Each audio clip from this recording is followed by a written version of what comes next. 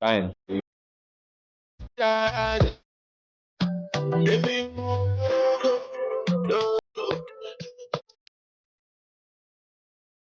All right, so welcome to Around the MLS show with Sam Chris, and we have a special guest tonight. We have the African legend. Listen, if you're an ardent follower of the Major League Soccer, and if you're an ardent follower of African football all around the world, one name will always ring a bell. Third all-time MLS leading goal scorer, still counting. Played for 10 different MLS clubs, and for each club he has played for, he has not failed to score double-digit goal each season, apart from Sierra Leone Montreal. And we are talking about the Sierra Leone legend and MLS legend, also double legend, Kei Kamara. Welcome to Around the MLS show with Sam and Chris, with focus on Chicago Fire and Kei Kamara. Welcome to the show, sir. Thank you. Thank you. Thank you for that introduction. It was beautiful. I appreciate it. And it's amazing to be here with my brothers. You know, my true brothers have always followed me and support. I see you guys all the time supporting me and posting my stuff. So thank you very much. And I'm happy to be on the show. You know, it's not easy to, have you on the show because of, season commitment, training and all that. And we really appreciate you for taking out time from your busy schedule to honor this invitation. So, Chris, appreciate you also for making it possible to track him down. I can see behind you his signature jersey number 23, Kei Kamara. That should be still in Montreal. Yeah. The Montreal one is here. Next one is going to be Chicago Fire, hopefully on the other side as well, too. We start keeping them as well as it keeps on going. So Kei Kamara, welcome to the show. Like Sam said, we're very happy and honored to have you on this show. And, all through your career, what has been the most challenging club you have played for so far in your career? Oh, wow. You're going to go straight into the fire, huh? No wasting time. Go straight into the fire. Oh, my God. It's a tough, obviously, it's a tough question because I've played for a lot of teams, and obviously we're talking just MLS, so not in England or Finland and different places I've played. So if we're speaking just MLS, it's very hard to say difficulty because you move different states and different parts of the time zone in America, and you have to adapt. And, I have to move my family, and you play for different coaches and different systems. So challenging to me, I will not say on the field there's much of a challenge because I adapt really quick to the teams that I join and to the system and with my teammates around me.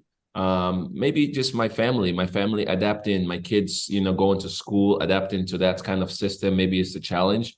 Me, I'm a soccer player or footballer that I love the game and I invest most of my mind and my time into the game so that I'm ready for it.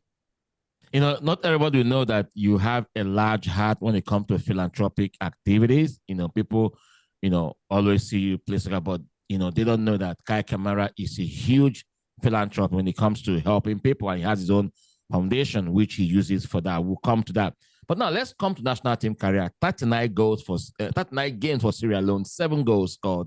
And 2022 was when you called it a time with the international game. You showed me Nigeria is about Sierra Leonean muffler. Nigeria, Sierra Leone, we slug it out. When you look at Nigeria and Sierra Leone, how can you assess how far we've come in terms of soccer rivalry in African continent? Oh my God, it's hats off to Nigeria, and not just Nigeria, obviously, Ghana and Togo, and we can say all the West African countries, but hats off because I remember some of the strikers that I watch, the Amakachi, and then now to Out of the be moon. yes, I remember being against Nigeria, we were playing, and he's one of the coaches. Like, it's a pride to see somebody that I admire when he played, and he's also one of the coaches leading the team. That's what we have to do more of in Africa, actually, to give a platform for some of these guys to lead. But man, it's been many years where we support you guys. We support Nigeria, we support Ghana, we support everybody. So it was good now for Sierra Leone to also start to get our own name for ourselves and for people to start to know about Sierra Leone, for us to qualify to, the AFCON and be able to play at the AFCON. But it was difficult because that game we played against Nigeria, 4-4 draw, maybe one of the hardest games.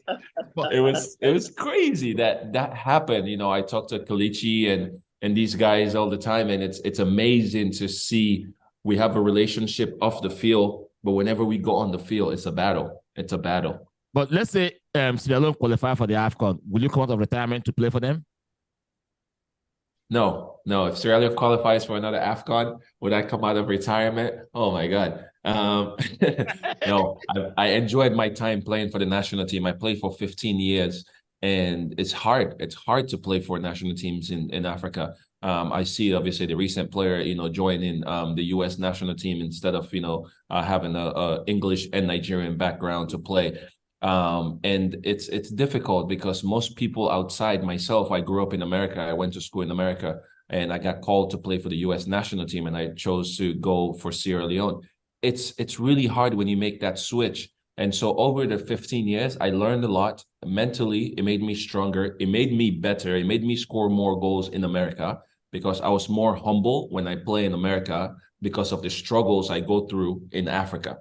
So when I come here, I'm more humble and I'm hungrier because I see the players in Africa that want so much, but they have so little. And so it makes me so hungry when I'm here playing in MLS and makes me go. But I think my time, no, I don't think. I know my time in the national team was done. I have to give the platform to the other guys so they can show themselves. But I 100% always continue to represent my country. I actually was just speaking to some of the players training to get ready for June for the game against Nigeria. So come on. So back to the your time playing for your national team, right? How did you feel after scoring that PK that took your country to the AFCON, the Nations Cup? How did you feel after scoring that goal that Sierra Leone has long waited for years? How did you feel? Oh man. I'm gonna say first, I was chosen to be that person to do that. I was chosen within my 15 years career playing for the national team, all the struggles I went through, the backlash, the suspensions, the everything that I went through, that I will be the person standing there that day to take that penalty kick because I'm the only one that can grow that much, pressure and pride and say I will take it depending on what happens. I will live with it. So to stand there, another thing is we didn't play this game in Sierra Leone because there was some things going on. And we played, this game in Guinea. And you get this penalty. I was going for the header. And obviously now the guy touches it and the penalty comes and everybody around us, you can feel the nervousness right away. People are already like nervous. And I took the ball to take it, but I remember putting the ball down. And when I looked up, there was nobody in the stands because it's COVID time. So all the people was on one side, on the other side, but in front of you, there's nobody. And it's just you and the goalkeeper and maybe 1, 2 camera people on the side. I have to be honest. I thought about it a lot because I could not hear anything. It was so quiet. And all I thought about at that moment was there's 6 million plus people, there's 6 million plus Sierra Leoneans around the world watching right now, and they want to see one thing. And I ran to the ball, I kicked it, it goes in. Some of my friends are like, you didn't even celebrate because you were not confident. I said, no, I just didn't know what to do. With the occasion. All right, Martin is this. You spoke about Africans, team doing their thing. You saw as internationals taking up national team assignment. But one thing stood out for me in this last World Cup in Qatar. All the 5 African nations all went to that World Cup with African coaches. I think that should be the first time that happened. All the Africans to the World Cup all went with African coaches. How did you feel when you saw that? You saw the Gobe Song starting for Cameroon. You saw all of them African coaches. It's good. It's good because it shows that we can do it. If we don't give if we don't give our people the chances, you're not going to get the chance in America, in the EPL, in anywhere else, because everybody else around the world here in America, for example, look at most of the coaches we have. These are guys that played for the US national team. They played in the MLS, and, most of them jumped straight into the job. And so you have to believe in your own product to give them that. And I believe in this thing, even with the players going back to Africa and naturalizing to play for Africa. I believe in the thing of I am born Sierra Leonean. I know my people. I know my national anthem. I know my national pledge. I know what it means to me. It's not just you come, again, no disrespect to the players that come and get naturalized into your countries, or the coaches that comes over to help. But there's nobody that knows more of a pride, more of the sufferness than the people that we actually are born and we grow and we play the game and the bad fields and the backyards, that will know what it feel more than anything. So when I would see that, and the players, when you look at Morocco, I'm going to compare them, for example, the players look like they were given their all for that coach. And that's what it continues to go. And you look at Senegal and, them, winning the AFCON and all these things, their players look like they are given everything for, their coach. Everybody is doing these things. So those guys have put us on a platform. Myself, I'm doing my coaching license. I don't know if I'll ever coach Sierra Leone, but I hope if I do, because I know so much and I believe in my country so much and the people of the country, that I'll be able to give more than anybody that's coming in just to work. That's very enlightening too. So that falls back to the question I wanted to ask you eventually is, after your career, what do you think you're going to be doing? So from this conversation, you just showed that you would like to coach Sierra Leone, correct? Oh, no, I didn't say that. I didn't say. If that call come, hey, Kamara, we would like to appoint you as the Leon Star coach. Would you say no? It depends when it comes. There's a lot of things that has to be put in place, guys, when we talk about African football. And that's where, again, we're losing a lot of players that decides to play, Timothy Weah playing for USA instead of playing for Liberia, Alfonso Davis playing for Canada instead of playing for Liberia. And again, the one that we're losing now, there's a lot of players. It's because of those struggles that people have heard of in Africa so much. So I would love to see a lot of improvements in my country and a lot of investment into football so that, there's something to play for. We're doing work on our national stadium now, but we don't have fields in the country.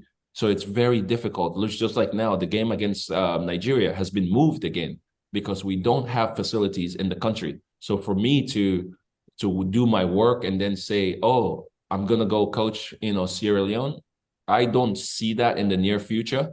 I just see myself continue to do what I'm doing here in America, playing, and hopefully, getting into, something good with, hopefully here in Chicago or with the MLS later on. All right. Let's come back to MLS right now. Last season, you played for CF de Montreal, score goals. When you guys came to Houston, watch you play, fantastic and all that. And you now move from CF to the Windy City, Chicago Fire. Was the appointment of Ezra Hendrickson, who is no longer the coach now, the reason why you made that move? No, because actually the year before that, last year when I played for Montreal, that's when I wanted to come to Chicago after Ezra Hendrickson got the job that he was going to be the head coach, because this is somebody I've known for many years and I always admire him. And I always say, hey, one day when you become a coach, I want to come, die for you. I want to come fight for you because, I've known you for a long time. But last year, it was not possible for me to come to play in Chicago. So I played for CF Montreal, which was amazing season. I played also under another Black coach that did very well. His system of what he did. And again, it's not about race, but it's about the opportunities that we're getting now and to prove ourselves.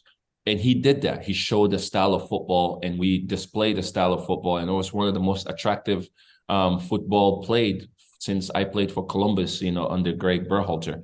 And that was really good. So now this year, when it happened for me to join Chicago Fire, it was a surprise, actually. And Ezra never called me to say, hey, you're coming to Chicago. Until I got traded to Chicago, I was like, hey, why didn't you tell me you guys are trying to get me? But it was a blessing to say I finally played, for him. And even when we got our first win, I was the one to score the goal. To be part of that history for the season was great. And it's sad to see him go, that he's not here anymore. But I'm committed to every team that I go. It's not about, the person that's there, but it's about the team that I'm playing for. That's so deep. That's so deep. Right. So talking about the Major League Soccer, when you look at around the world, soccer has been globalized. And most European clubs are setting up academies now in Africa. Look at Borussia Dortmund, Olympic Marseille, Bayern Munich, just partner with LAFC. These are part of how to enhance talent, across the globe. Now MLS seems, I don't think they have, followed that bandwagon or that trajectory in, setting up academies outside the shores of the league. Do you think MLS, looking at what African players have done in this league, do you think they are tapping, potentially full, in the African continent? That's a good question. Actually, I would love to see that more too. I would love to see the MLS invest into the African market because there has been a lot of African players to come through here. The one thing that maybe anybody in the MLS might say, they will say, oh, we have had some players that went through the Right to Dream Academy and played in the MLS. They can compare it to that, but still it's not something that they're very invested in because Right to Dream, I know there's partnership with some team in Norway, right? Nordsjælland? I think so. So yes, MLS needs to do that because again, if the bigger leagues are investing into here and partnering with teams in the MLS, then we, as ambassador of the MLS, like myself, I need to be able to, convince the Chicago to say, hey, can you come to Sierra Leone? Can we start a little soccer program in Sierra Leone where you can, have an eye for players? Because I see MLS send some of their scouts and their coaches to the Caribbean, since that's closer. So every year they have a group of players in the Caribbean that they go and watch, and they bring those guys and opportunities here. But yes, we do need an MLS African Outreach. Yeah, something that will come to our side to bring some players. Because look at Latif. Latif is definitely one of the gems that has come out of nowhere in Africa or in Nigeria. And then all of a sudden he made a name for himself in MLS. And that's very, very good when you can have a story like that to tell that, it's not just about the superstars, but there's somebody that came from and just to see him in Boston and see that his family is it's beautiful. Beautiful. I personally was so excited after, because I knew how emotional it was for him to try and get his family down here. Like LAFC was, some reasons I don't know why, was not ready to, make that happen for him. But I'm happy New England Revolution was able to make that for him. That was part of the contract he signed for New England Revolution. And just him and his family is just so exciting. You can see how excited and happy he is. So I'm so happy for Blessing Latif. But back to what he said about African players, the MLS have grown over the couple of years. You've been in this league for quite a number of years. Like you've been like your 10th club now, you're playing the MLS. So you have seen the MLS grow from what it used to be and what it is right now. In another 5 years, where do you think the MLS is going to be? Do you think it will be able to compete with the likes of leagues of the Premier League or the Serie A in another 5 years? The MLS has grown. The MLS has grown so well. I came into the league in 2006. 2006. and that I'm on my 18th professional, but 16 in MLS. And to see again, we used to use the platform of the David Beckhams, that came over, Freddie Ljungberg, and some of those guys to then expand, what the MLS, really wants. So people saw us from internationally, but you can see the likes of the younger players now that's playing, in the league that could play in big leagues in the world, but they're also choosing to come to MLS. And it's great. And another big thing that we have to look at is the World Cup coming to this part. So are we growing? Yes, we're growing massively here in North America. So, and then the collaboration with, US, Canada, Mexico, and that World Cup, it makes our league even better. It makes the visibility for this league and for people and the players even better. I don't know, I'm sad myself that I'm a bit older now, because I feel like this is the right window to then play good, and then you started to play for the biggest clubs in the world. Back to that former question. If Sierra Leone qualifies for the 2026 World Cup, will you play for Sierra Leone? If Sierra Leone qualified for the 2020 World Cup, wow, that's a different story. I'm here in America already. Oh God, this is America already. They don't need to pay for no flights. You don't need to pay for anything. I will drive my car to go to camp. You spoke about I have to consider that. I'll drive my car to go to camp. Talk about African players and doing it big. You gave example of Latif Blessing. You give example of Latif Blessing. Also, Kwado Apoko. Now, MLS I think they just have their 30th franchise in San Diego. And that means that the league is growing.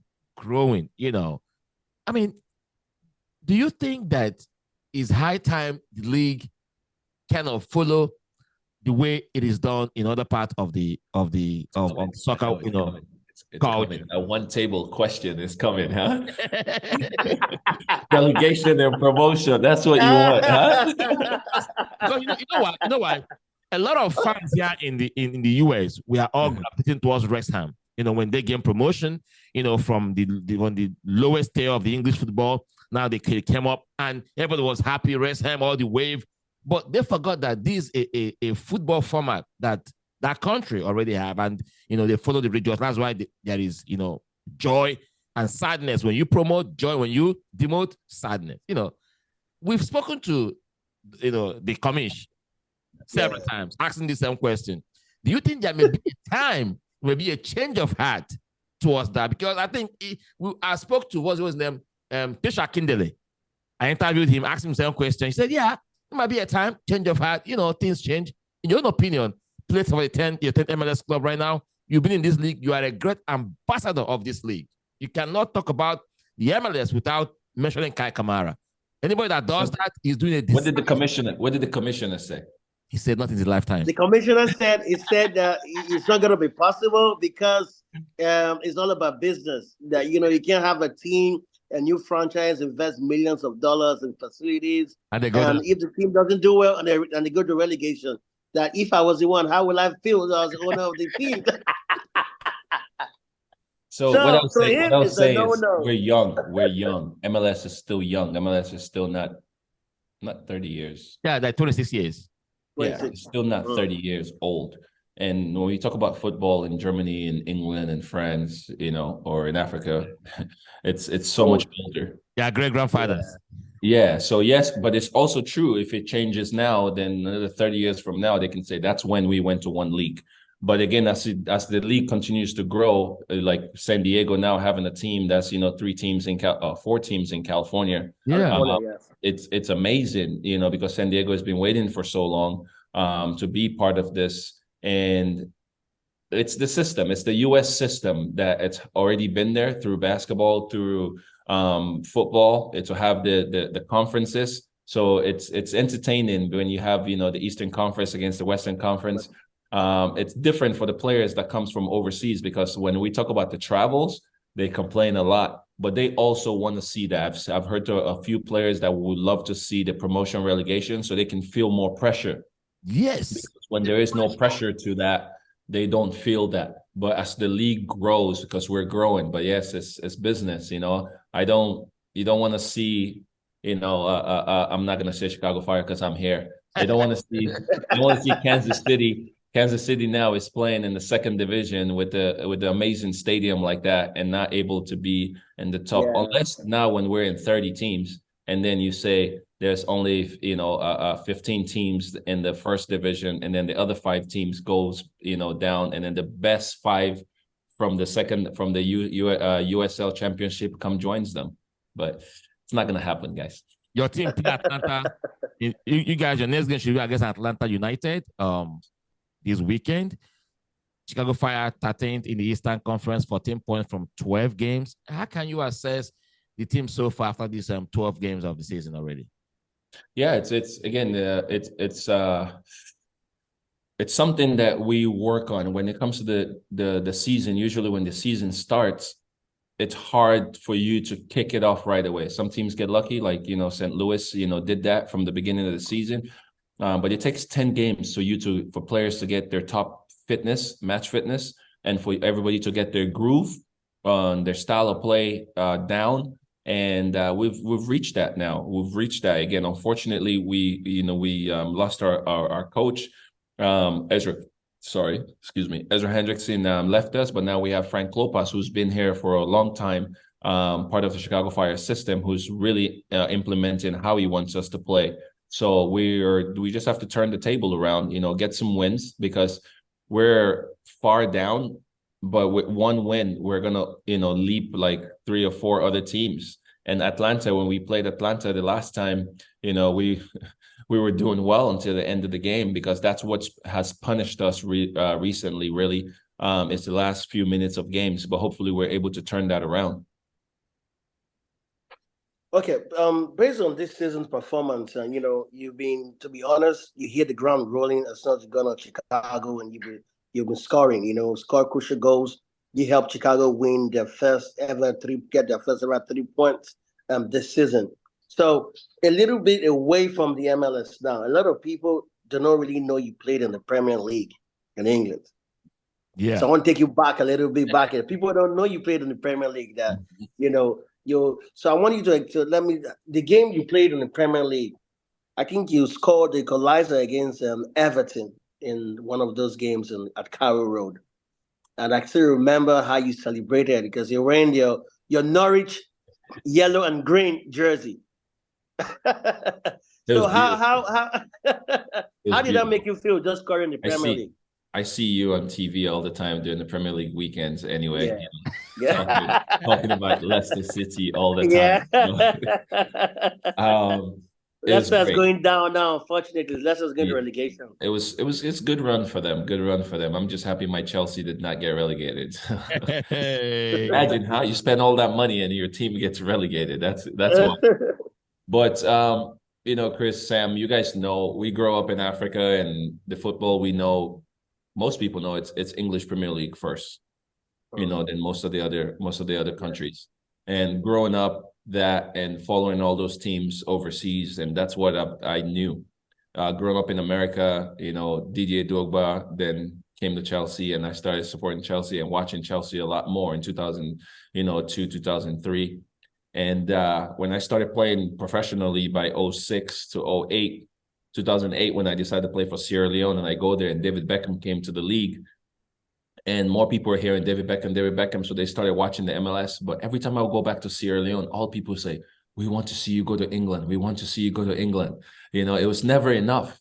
So I was just working on that to say, to make my people happy, I want to play in England. It wasn't really for me. For me, I wanted to play in France. The reason why I always wanted to play in France, because it was the one league that had all the Africans. And I wanted to go play with all the Africans, like in France.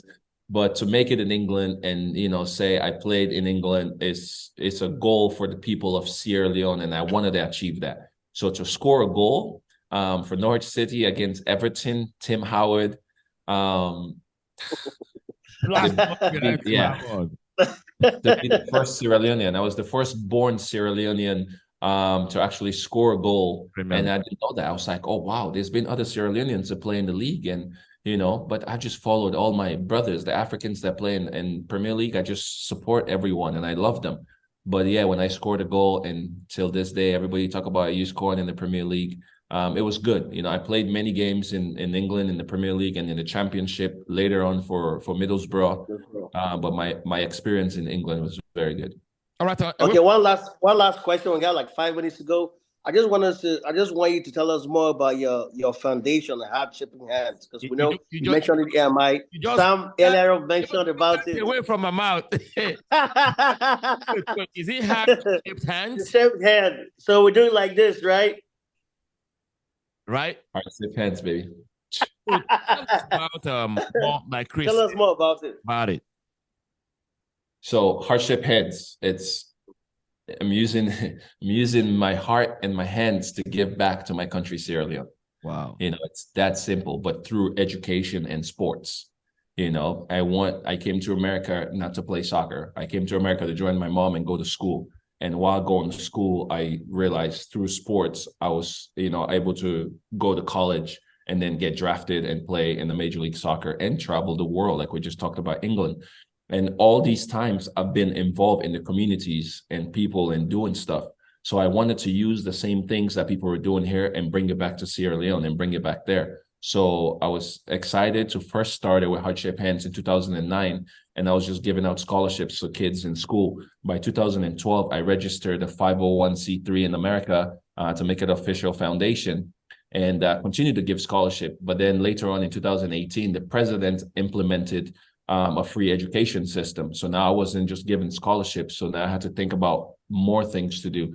And it's really about, again, how do I use sports as a tool for education? So I want to continue to do that, educate, most of our athletes and people that wants to play sports, tell them you have to do school and sports together. You can't leave school and you want to play sports. It's not going to work because football now is a system. When you watch, Manchester City and this, people see all this, but they don't know the system. And if you don't go to school, it's going to affect you from playing. But at the same time, I went to school in America and NCAA, they have this slogan that says, most of us are going to make it pro in something other than sports. We're going to play sports, but we're going to make it pro in something other. It can be a broadcaster. It can be something. But so that's what I want to continue to teach the kids in Sierra Leone, that let's use sports as a tool for education. Not all of us are going to make professional, but you're professional soccer players, but you're going to be pro in your own doctor, teacher, engineer, mechanic, whatever it is. Man, that's awesome, Kei Kamara, man. With your heart-shaped hands organization, yes, you're doing marvelously well. When I look at, sometimes I just take a scroll to Instagram and see what you're doing. It kind of warm my heart, see you giving back to your community. I really appreciate you. Like I told you earlier, before the season runs out, one of your home games, I and Chris will, grace Soldier Field, come and watch you. So we're going to end this one. I'm going to play this song for you. Sonny Okosu, he said, African soldiers, African soldiers, because you are one of the greatest ambassadors of this game from that continent here in the MLS, So I really, really appreciate that. You guys. We're out of time. So let's give him African soldiers from Sonny Okosu.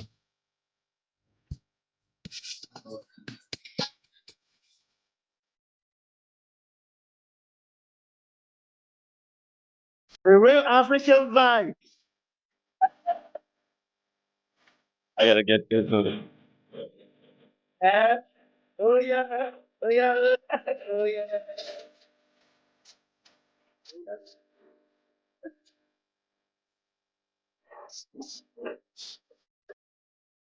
This is what happens when you get on the podcast with my African brothers. Oh yeah. Love it. Yeah.